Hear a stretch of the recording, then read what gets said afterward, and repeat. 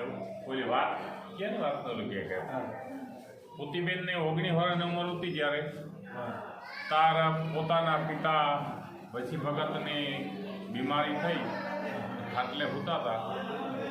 હાથ ફેરવતી કે બાપા તને કેમ થાય બેઠો થવામાં.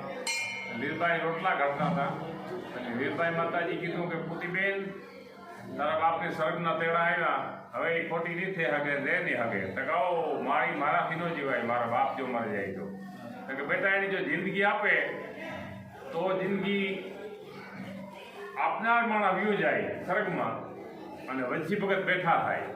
તો હું આપે દે જિંદગી.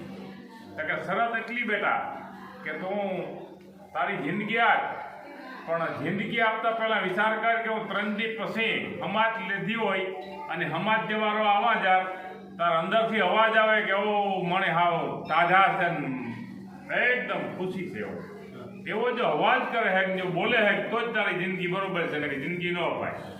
કબૂલ છે માય કે તુલસી પાંદડો હાથમાં જઈને વંશી ભગતની જિંદગી આપીને હવાઈ સમાધિ લીધી.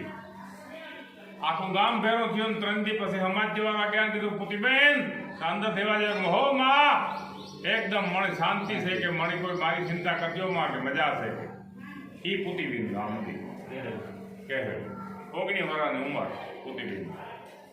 મેરમાં જે શક્તિ થઈ હોય તો પેલી પૂતીબેન